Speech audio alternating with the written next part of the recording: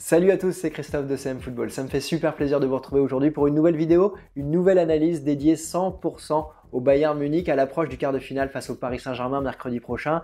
J'ai eu envie de vous chercher un maximum d'informations pour que vous puissiez vous faire votre avis sur le club bavarois. Alors je me suis amusé à aller chercher des informations sur les résultats avec des chiffres clés, notamment sur les buts encaissés par le Bayern. Je me suis amusé aussi à analyser la tactique avec les points forts et les points faibles du club de Munich. Et puis vous le savez aussi, il peut y avoir des dissensions au niveau extrasportif. Alors je me suis intéressé à ce point-là. Et puis comme d'habitude, quand on analyse un club, j'ai été chercher un maximum d'informations sur l'économie du Bayern. Alors quand on aime, on ne compte pas. Cette vidéo durera un peu plus longtemps et on commence tout de suite avec les résultats. Le Bayern est aujourd'hui la meilleure équipe du monde. Elle a remporté ses 6 compétitions qu'elle a dû disputer l'année dernière depuis l'arrivée d'Hansi Flick en novembre dernier. Mais ça, vous le savez déjà, alors je me suis intéressé surtout à des chiffres clés. 84% de victoires depuis qu'Hansi Flick est l'entraîneur du Bayern. 84%, c'est très impressionnant et ce chiffre monte à 91% lorsqu'on est en Ligue des Champions. 91%, c'est 15 victoires pour un seul match nul. C'est l'Atlético Madrid qui avait empêché le Bayern Munich de l'emporter en réalisant un match nul l'hiver dernier. Alors, vous le voyez, ce sont des stats impressionnantes, mais il y a un détail important, c'est que cette saison, le Bayern Munich prend beaucoup de buts. Le Bayern Munich a pris 2 buts au moins lors de 10 rencontres cette saison. C'est impressionnant comme statistique aussi, c'est intéressant à analyser. Ça veut dire que lors de 1 match sur 4, le Bayern encaisse au moins 2 buts. Et ça, c'est un point et une faille que le Paris Saint-Germain pourra exploiter. On va le voir tout à l'heure dans l'analyse tactique et dans les faiblesses défensives du Bayern. Alors cette statistique, il faut l'analyser évidemment. J'ai été regarder ces matchs pour savoir quels étaient le résultat du Bayern lors de ces rencontres. Et le Bayern l'a emporté 4 fois, a fait 3 matchs nuls et a perdu 3 fois. C'est une opportunité que le Paris Saint-Germain doit pouvoir saisir quand on sait la puissance offensive dont dispose le club de Mauricio Pochettino. Maintenant, une fois qu'on a dit qu'on a vu cette faiblesse, il convient aussi de regarder les stats affolantes offensives dont dispose le Bayern Munich. Regardez, il y a 2,9 buts marqués par match cette saison. C'est tout simplement la meilleure équipe d'Europe. Le Bayern se procure en moyenne 9 occasions par match, réussit 17 centres et a en moyenne 61% le ballon. Et à droite, vous avez le classement du Bayern par rapport aux 7 autres équipes qualifiées en Ligue des Champions en quart de finale. Le Bayern est premier à chaque fois, sauf sur la possession, où c'est Manchester City, le Manchester City de Guardiola. Vous le voyez, le Bayern est une équipe impressionnante en termes de résultats, une équipe formidable cette année offensivement avec la meilleure attaque d'Europe également. Mais le Bayern a des faiblesses avec ce nombre de buts encaissés par match qui est plus élevé qu'à l'habitude. Alors on va analyser ça tout de suite au niveau de la tactique et cette tactique on va le voir en 3 points. D'abord le jeu avec le ballon, ensuite le jeu sans ballon et enfin les faiblesses défensives de ce club bavarois. Alors le jeu avec le ballon, eh bien évidemment il y a un point important à garder en tête, c'est que le Bayern a une ADN avec le jeu sur les côtés avec les latéraux. On avait Ribéry et Robben auparavant, on a aujourd'hui Coman et Sané. Et aujourd'hui, ce n'est pas pour rien si le Bayern est actuellement la meilleure équipe européenne au niveau des centres.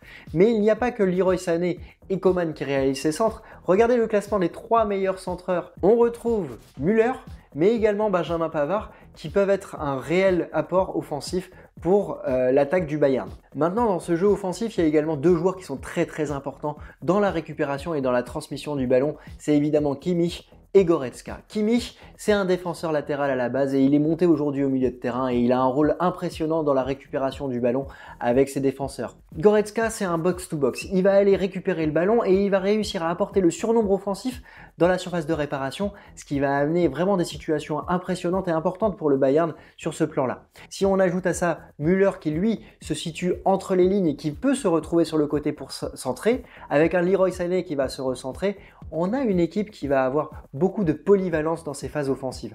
En plus, on va avoir les ailiers qui peuvent se retrouver à l'intérieur du terrain pour offrir des espaces aux latéraux que peuvent être Alphonso Davies et Benjamin Pavard, on l'a vu au niveau des centres, mais surtout qui vont proposer des solutions à l'intérieur du jeu dès la première relance. Et ça c'est intéressant, regardez, ça se matérialise comme ceci avec le schéma qu'a réalisé le compte Twitter Tactique FC qui a collaboré avec moi sur l'ensemble de cette partie analyse tactique, point fort, point faible. Et ce système tactique, il part d'abord évidemment de la défense avec le trio Alaba, Boateng, Kimmich qui vont pouvoir travailler soit en passe courte, soit en passe longue avec des transversales sur les ailiers, et ça va perturber la défense adverse. Alors ici on a une phase offensive qui est très impressionnante et qui est terminée habituellement par Lewandowski. Évidemment, il ne sera pas présent face au Paris Saint-Germain et ça c'est un point ultra déterminant pour la réussite du Bayern. Alors après il faut croiser les informations. Lewandowski est aujourd'hui le meilleur joueur du monde à mon sens, c'est aussi le meilleur attaquant de Bundesliga, c'est le meilleur buteur de la Ligue des Champions et le Bayern va se retrouver en difficulté sans lui. Alors qui pour le remplacer? À mon sens, ce sera Gnabry. Gnabry aujourd'hui a les statistiques suivantes, il a marqué 12 buts, réalisé 5 passes décisives. Malheureusement, il n'a pas le même système de jeu, le même point de fixation que peut offrir Lewandowski. Il n'est pas également le même type de joueur qui peut terminer les actions de manière aussi clinique que l'est l'actuel attaquant polonais. Sur la partie offensive, voilà les informations clés qu'on pouvait donner sur le Bayern. Après, il y a un point aussi important, c'est le jeu sans ballon. Et là, regardez les informations qu'a pu concocter Tactique FC, c'est un grand pressing, un pressing impressionnant dès lors que le ballon a été perdu. Regardez où se situent les joueurs, on se retrouve régulièrement avec 4 ou 5 joueurs autour du porteur du ballon. Et ça, c'est quelque chose qui cherche à étouffer l'adversaire pour pouvoir récupérer le ballon très rapidement et repartir en phase offensive. Enfin, pour être complet, évidemment, il faut aller chercher les dernières informations au niveau des faiblesses du Bayern Munich. Et il y en a plusieurs. La première, évidemment, elle se situe derrière le dos des défenseurs dans le jeu en profondeur.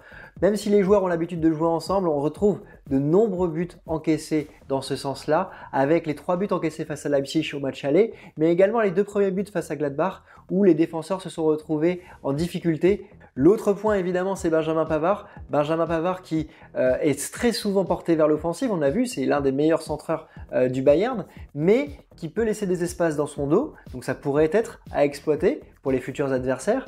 Et enfin, lorsque le jeu se situe sur le côté gauche, il peut se retrouver en difficulté à ne pas serrer l'attaquant qu'il a à côté de lui. Donc quelque chose à regarder dans ce sens-là. Et puis à mon sens, il y a un troisième point qu'on peut rajouter dans les faiblesses du Bayern, ce sont les débuts de match avec beaucoup de buts encaissés. En témoignent les 2 buts d'Haaland lors du match face à Dortmund.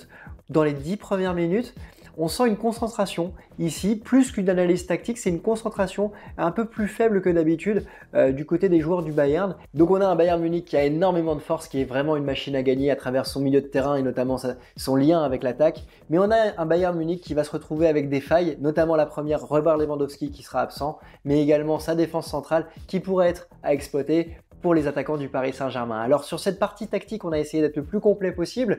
Et puis maintenant, on va passer à l'aspect extra-sportif avec des possibles dysfonctionnements internes entre son directeur sportif Hassan Salihamidzic et l'entraîneur Hansi Flick. Alors cette information, elle est sortie la semaine dernière par l'équipe. Elle a été reprise du journal Bild en Allemagne. Ces informations, j'ai pu les obtenir grâce au compte FC Bayern French qui m'a très gentiment accompagné sur la réalisation de cette vidéo. Si on peut trouver des dysfonctionnements internes aujourd'hui, il y en a 2. Le premier, ce serait le choix des joueurs de Salihamidzic dans l'effectif de Hansi Flick. Il a recruté Lucas Hernandez. Lucas Hernandez n'est pas titulaire avec le Bayern. Il joue un match sur 2, un match sur 3. Il lui est préféré Alphonso Davies ou même Alaba ou encore Boateng en défense centrale. Alors, si on a pu voir à droite à gauche des rumeurs de transfert de Lucas Hernandez dans le championnat de France, notamment au Paris Saint-Germain, du côté allemand, du côté de la presse allemande, on pense que Lucas Hernandez restera l'année prochaine.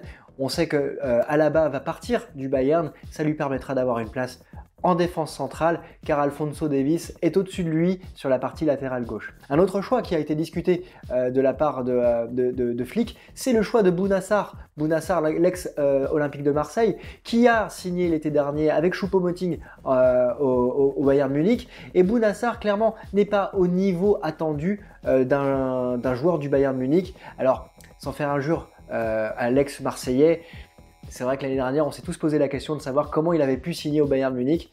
Et est-ce que c'est pas un coup de Longoria de ce côté-là? Bon, on le saura très vite, en tout cas s'il est encore là, au Bayern l'année prochaine. Même si le choix de Sarr n'était pas réellement voulu, Hansi Flick a désamorcé toutes ces informations en disant qu'il était plutôt satisfait de la rotation de son effectif. Alors, il y a un autre point qui peut venir empêcher et embêter le Bayern Munich, c'est le départ de Joachim Löw en tant que sélectionneur de l'équipe allemande. Et évidemment, Hans-Dieter Flick est pressenti pour être le futur sélectionneur l'été prochain après l'Euro. Et là encore, on voit ici que le Bayern Munich est réellement une institution.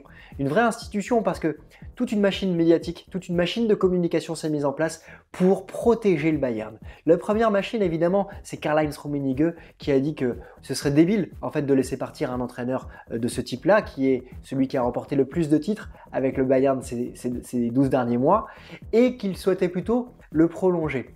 Du côté de la fédération allemande, c'est Oliver Bierhoff qui a pris la parole et qui a annoncé de son côté qu'il ne parlait pas aux entraîneurs tant que l'Euro n'était pas déroulé. Évidemment, on est dans une politique de communication ici, mais c'est intéressant de voir comment cette machine se met en place pour protéger l'institution et se concentrer sur la fin de saison qui va être évidemment déterminante pour le Bayern Munich, avec ce samedi un match en Bundesliga face au Red Bull Leipzig. Les deux clubs sont séparés de 4 points aujourd'hui et si le Bayern l'emporte, il pourra voir venir cette double confrontation face au Paris Saint-Germain avec beaucoup de sérénité. En revanche, évidemment, si le Bayern Munich fait match nul ou perd, eh ben, une pression va monter du côté du club bavarois. C'est la même chose du côté du Paris Saint-Germain qui va affronter Lille samedi et qui va se retrouver en position de soit leader, soit chasseur en fonction du résultat. Vous le voyez ici, on a un club qui est vraiment impressionnant en termes de résultats, qui a une puissance tactique avec certainement quelques failles que le Paris Saint-Germain peut exploiter. Au niveau extrasportif, on a un club qui peut avoir des dysfonctionnements qui émergent dans la presse, mais qui sont calmés par les institutions. On va voir maintenant au niveau économique comment se situe ce club impressionnant.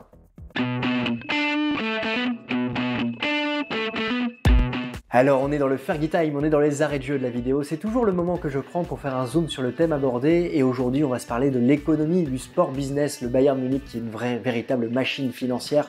Pour cela je me suis appuyé évidemment sur l'étude Deloitte Money League qui est sortie en janvier dernier. Donc qu'est-ce que c'est l'étude Deloitte Money League? C'est une étude qui classe en fait les clubs européens par rapport à leurs revenus commerciaux, leurs revenus droits TV et leurs revenus de billetterie. Alors évidemment, l'année 2020 elle a été fortement touchée par le Covid, mais le Bayern a réussi à tirer son épingle du jeu en gagnant une place, en devenant 4e de ce classement.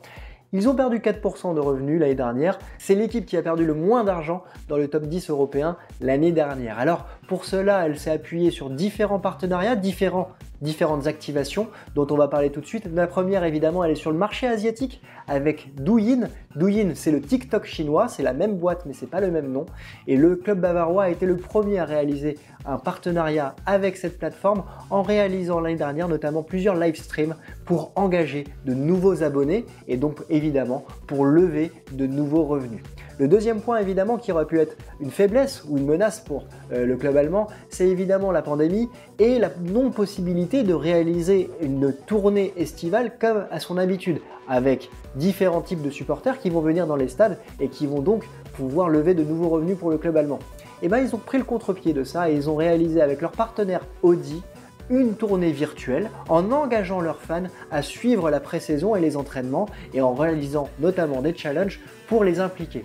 Malin de ce côté-là et surtout toujours dans le but de pouvoir engager et de développer des revenus. Un troisième point qui est important, c'est au niveau physique du côté du Bayern. Ils ont réalisé et construit un nouvel hôtel au sein de la ville de Munich pour pouvoir impliquer et engager encore plus les supporters.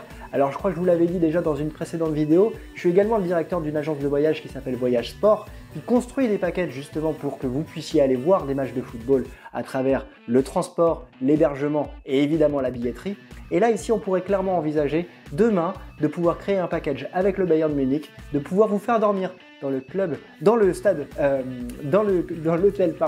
de Munich et également de vous faire accéder à ce grand stade qui est l'Allianz Arena. Alors enfin le dernier point c'est sur les droits médias. Au niveau des droits médias, le club bavarois a eu la gentillesse de pouvoir partager ses revenus avec d'autres clubs de Bundesliga 1 et de Bundesliga 2. C'est pour vous dire le niveau aussi où se situe le Bayern dans le partage financier. Un club magique au niveau allemand, un club magique au niveau européen, un club complet, on l'a vu, que ce soit dans les résultats sportifs, que ce soit dans l'institution qu'est le club pour l'Allemagne. Au niveau économique, c'est un club qui est aujourd'hui dans le top 4 mondial. C'est un club sur lequel le Paris Saint-Germain se rapproche aussi. Il est 6e de ce classement Deloitte Money League. Si vous voulez, on pourra en parler dans une prochaine vidéo. En tout cas, je voudrais remercier Antoine du compte FC Bayern French sur Twitter qui fait un énorme travail d'analyse quotidienne sur le club bavarois et qui a gentiment répondu à toutes mes questions pour réaliser cette vidéo. Et Diego du compte Tactique FC qui a également son site internet et son compte Twitter qui lui a une passion pour réaliser des analyses tactiques sur l'ensemble des clubs européens. N'hésitez pas à aller les suivre et à leur apporter beaucoup de force pour leur prochaine contribution. Voilà, c'était la vidéo sur le Bayern. J'espère que celle-ci vous aura plu, elle vous aura convaincu sur la puissance économique mais également la puissance sportive de ce club. J'espère qu'elle vous aura appris des choses également sur les failles à exploiter pour le Paris Saint-Germain et pour les clubs et pour les adversaires à venir. En tout cas, j'espère avoir été le plus complet possible. N'hésitez pas à me le dire en commentaire, n'hésitez pas aussi à liker cette vidéo. Vous savez que ça m'aide beaucoup pour le référencement de la chaîne. Moi, j'ai pris énormément de plaisir, j'espère que ça s'est ressenti. Et puis, je vous souhaite à tous une excellente journée, un excellent week-end. Je vous retrouve très vite pour l'ensemble des avant-matchs de la Ligue des Champions. À très bientôt. Ciao.